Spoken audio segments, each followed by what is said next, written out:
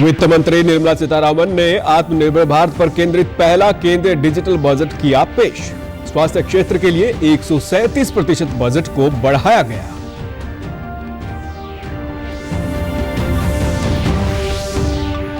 प्रधानमंत्री नरेंद्र मोदी ने केंद्रीय बजट के लिए वित्त मंत्री निर्मला सीतारमण का किया धन्यवाद।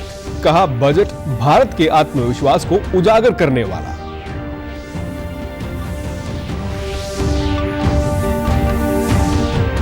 मुख्यमंत्री मनोहर लाल ने केंद्रीय बजट को संतुलित और लोकहित का बताया।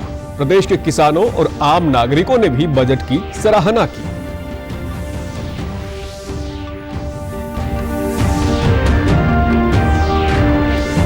और प्रदेश में आज से खुले 6ठी से 8वीं तक के सरकारी और प्राइवेट स्कूल, छात्रों में देखा गया उत्साह। नमस्कार, मैं सुरेंद्र कुमार। अब समाचार विस्तार से। वित्त मंत्री निर्मला सीतारमण ने आज वित्त वर्ष 2021-22 का डिजिटल बजट पेश करते हुए कई घोषणाएं की। बजट में आत्मनिर्भर भारत पर विशेष ध्यान केंद्रित किया गया है। इसके लिए 6 प्रमुख क्षेत्रों पर जोर दिया गया है। वित्त मंत्री ने कहा कि आत्मनिर्भर भारत 130 करोड़ भारतीयों के विश्वास की अभिव्यक्ति है, जिन्हें अपनी क्षमता और कौशल पर पूरा भरोसा है। बजट प्रस्तावों में राष्ट्र प्रथम, किसानों की आय दोगुनी करने, मजबूत बुनियादी ढांचा, स्वस्थ भारत, सुशासन, युवाओं के लिए अवसर, सबके लिए शिक्षा, महिला सशक्तिकरण और समावेशी विकास के प्रति सरकार की संकल्पबद्धता व्यक्त होती है। This budget will also be a digital budget, and that has happened with all your support. Our government is committed to the welfare of farmers. The MSP regime has undergone a sea change to assure price that is at least 1.5 times the cost of production across all commodities. The procurement has also continued to increase at a steady pace. This has resulted in increase in payment to farmers substantially. In case of wheat, the total amount paid to farmers in 2013-14 was 33,874 crores. In 2019-20, it was 62,802 crores. And even better, Honorable Speaker, in 2020-2021, this amount paid to farmers was 75,060 crores. Budget में 75 वर्ष से ऊपर आयु के वरिष्ठ नागरिकों और केवल पेंशन पर निर्भर व्यक्तियों को आयकर रिटर्न भरने से छूट दी गई है। इस बजट में स्वास्थ्य और कल्याण के लिए 2,23,846 करोड़ रुपए का प्रावधान किया गया है। ये राशि पिछले बजट में 94,452 करोड़ रुपए के प्रावधान से 137% ज्यादा है। A new centrally sponsored scheme, PM Atmanirbhar Swasth Bharat Yojana, will be launched with an outlay of about 64,180 crores over 6 years. This will develop capacities of primary, secondary and tertiary care health systems, strengthen existing national institutions and create new institutions to cater to detection and cure of new and emerging diseases. This will be in addition to the National Health Mission.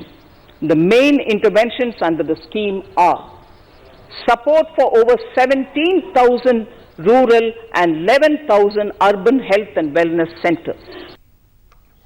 प्रधानमंत्री नरेंद्र मोदी ने budget 2021-22 के लिए वित्त मंत्री निर्मला सीतारमण का धन्यवाद किया। प्रधानमंत्री ने कहा कि कोरोना काल ने पूरी मानव जाति को प्रभावित किया है और इन परिस्थितियों के बीच आज का बजट भारत के आत्मविश्वास को उजागर करने वाला है।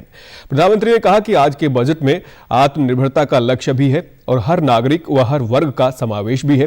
उन्होंने कहा कि बजट में यथार्थ का एहसास भी है और विकास का विश्वास भी है।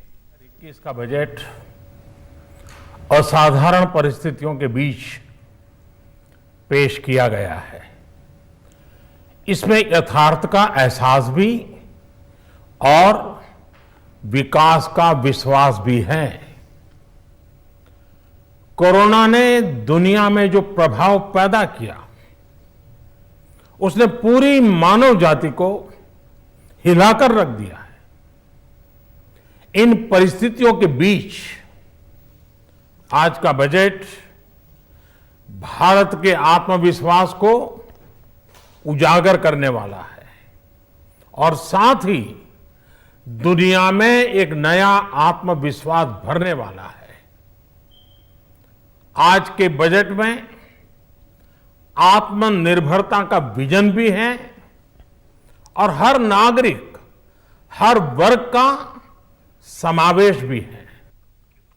प्रधानमंत्री ने कहा कि इस बजट में महिलाओं का जीवन आसान बनाने के लिए उनके स्वास्थ्य, स्वच्छता, पोषण और अवसरों की समानता पर विशेष बल दिया गया है।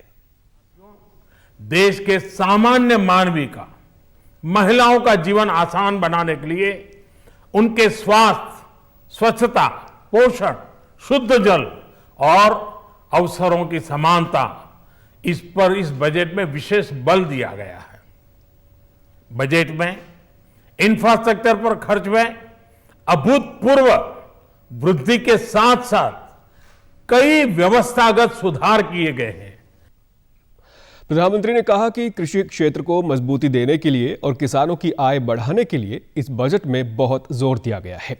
उन्होंने कहा कि बजट में देश की मंडियों को यानी एपीएमसी को और मजबूत करने के लिए एग्रीकल्चर इंफ्रास्ट्रक्चर फंड से मदद का प्रावधान किया गया है। देश में एग्रीकल्चर सेक्टर को मजबूती देने के लिए, किसानों की आय बढ़ाने के लिए इस बजट में बहुत जोर दिया गया है, कई प्रावधान किए गए हैं।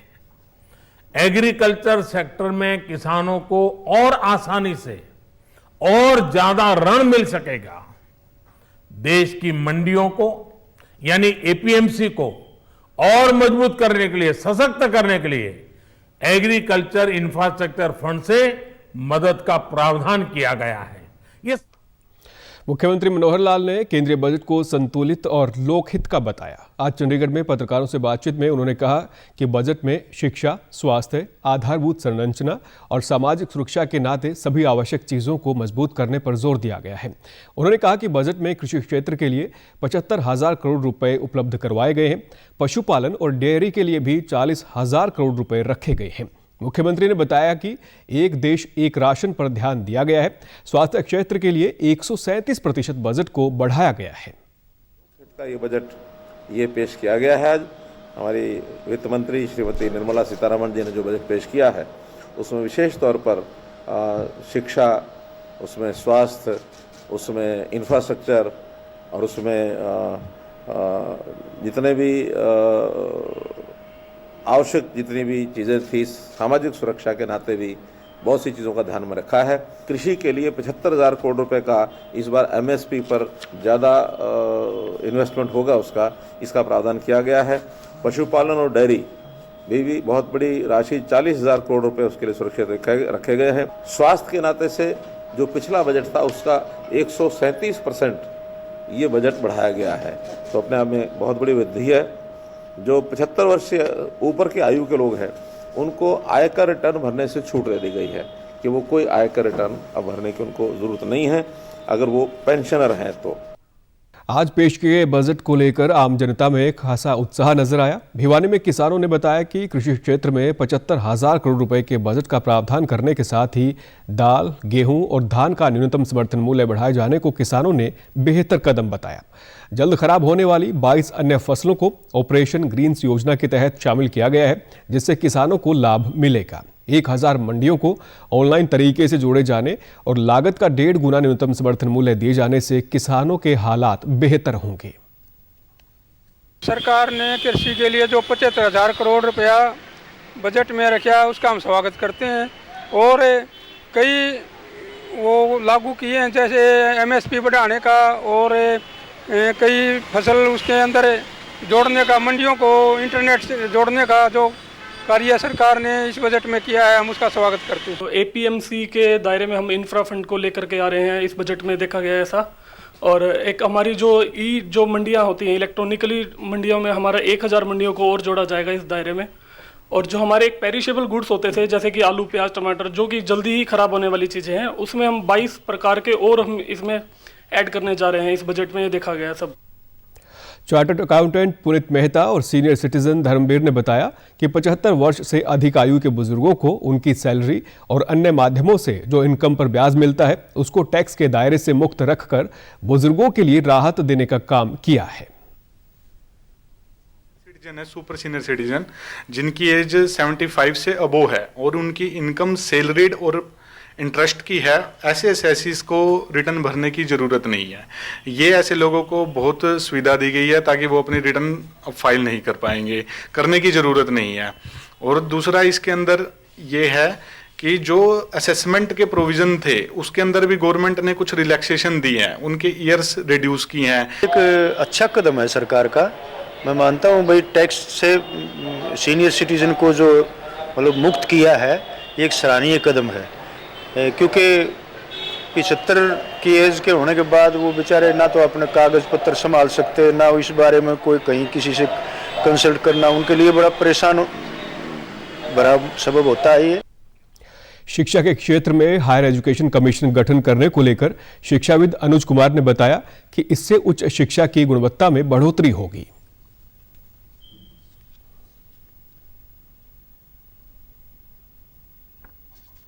शिक्षा के क्षेत्र के लिए केंद्र ने काफ़ी अच्छे प्रस्ताव लाए हैं। जैसे मैं मानता हूं कि एक तो कमीशन का हायर एजुकेशन के लिए जो गठन किया गया है वो आने वाले टाइम में मील का पत्थर साबित होगा। दूसरे जो इन्होंने सैनिक स्कूलों की संख्या बढ़ाने का, लगभग 100 की संख्या सैनिक स्कूल बढ़ाए जाएंगे देश भर में, इससे सैनिक परिवारों के बच्चों के लिए ये भी एक अच्छी पहल है। केंद्रीय बजट में किसानों के हित में लिए गए फैसलों से किसानों में खुशी का माहौल है। जींद के किसानों का कहना है कि आम बजट में किसानों और कृषि क्षेत्र से जुड़े लोगों को बड़ी सौगात दी गई है। उन्होंने कहा कि केंद्र सरकार ने फसल की लागत का 1.5 गुना न्यूनतम समर्थन मूल्य भी कर दिया है, जो सराहनीय कदम है। छोटे किसान को भी बहुत ज़्यादा राहत मिलेगी इससे, और 22 जो फसलें हमारी जो जल्दी खराब होने की होती है उनको MST रेट पे लेने का जो उन्होंने किया है, इससे हमें किसानों को बहुत ज़्यादा लाभ होगा।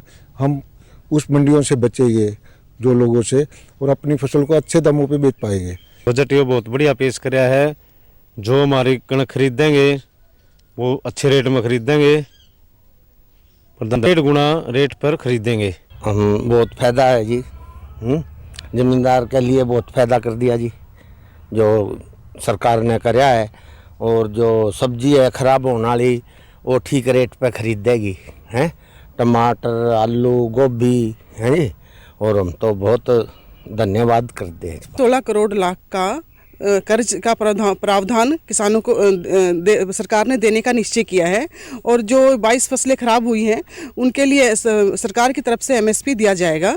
और इसलिए हम किसानों की तरफ से सरकार का बहुत ही धन्यवाद करते हैं, क्योंकि ये बजट किसानों के हित में है।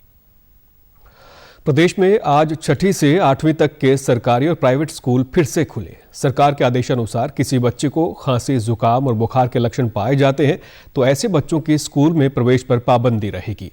बच्चों को स्कूल में प्रवेश के लिए मेडिकल जांच सर्टिफिकेट लाना होगा। बच्चे मेडिकल जांच सरकारी प्राथमिक चिकित्सा केंद्र और सामुदायिक चिकित्सा केंद्रों से करवा सकते हैं। इसके साथ बच्चों को उनके अभिभावकों का सहमति पत्र भी लाना आवश्यक होगा। नरवाना के SD कन्या स्कूल की प्रिंसिपल मंजू ने बताया कि सरकार के दिशा निर्देशानुसार विद्यालय को सैनिटाइज किया गया है और सभी बच्चों के स्वास्थ्य की जांच करके ही स्कूल में प्रवेश करने दिया जा रहा है। इसके साथ साथ बच्चे जो है वो अपना मास्क लेके आए, मास्क हमेशा पहन के रखते हैं। टीचर्स भी अपना मास्क पहन के रखते हैं और स्कूल को सैनिटाइज टाइम टू टाइम करवा रहे हैं। बच्चों को हैंड वॉश के लिए बोल रहे हैं जी बार बार। तो सहमति पत्र तो सबसे जरूरी है जी। बच्चों को बोला गया है कि पेरेंट्स से सहमति पत्र भी लेके आए।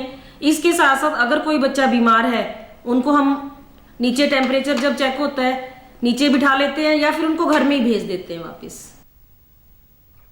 स्कूल फिर से खुलने से बच्चों में काफ़ी खुशी देखी गई। विद्यार्थियों का कहना था कि ऑनलाइन तरीके से पढ़ाई अच्छे तरीके से नहीं हो रही थी, लेकिन अब कक्षाएं लगने से वे काफ़ी खुश हैं। आज हमारे स्कूल खुले इसीलिए हमें बहुत खुशी हो रही है। जो व्हाट्सएप पे हमारा काम आता था उससे हमें बहुत दिक्कतें होती थी। ऑनलाइन हमें ना तो समझ आता था, इससे हमें बहुत दिक्कतें होती। हम सरकार से अनुरोध करते हैं कि हमसे जो छोटे बच्चे उनके लिए भी स्कूल खोले।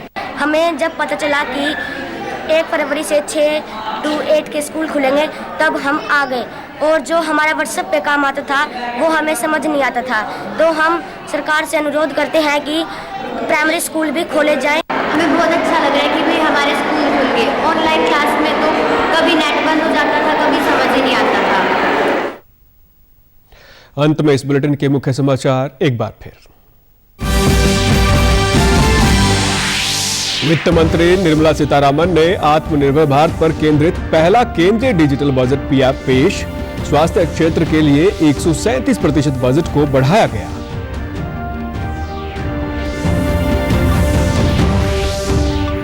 प्रधानमंत्री नरेंद्र मोदी ने केंद्रीय बजट के लिए वित्त मंत्री निर्मला सीतारामन का किया धन्यवाद। कहा, बजट भारत के आत्मविश्वास को उजागर करने वाला।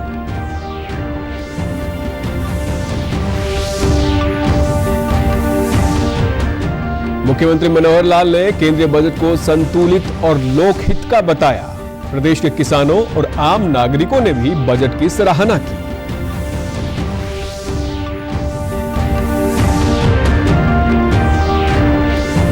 और प्रदेश में आज से खुले 6ठी से 8वीं तक के सरकारी और प्राइवेट स्कूल।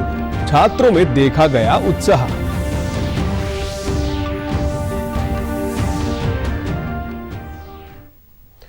समाचारों में आज इतना ही। नमस्कार।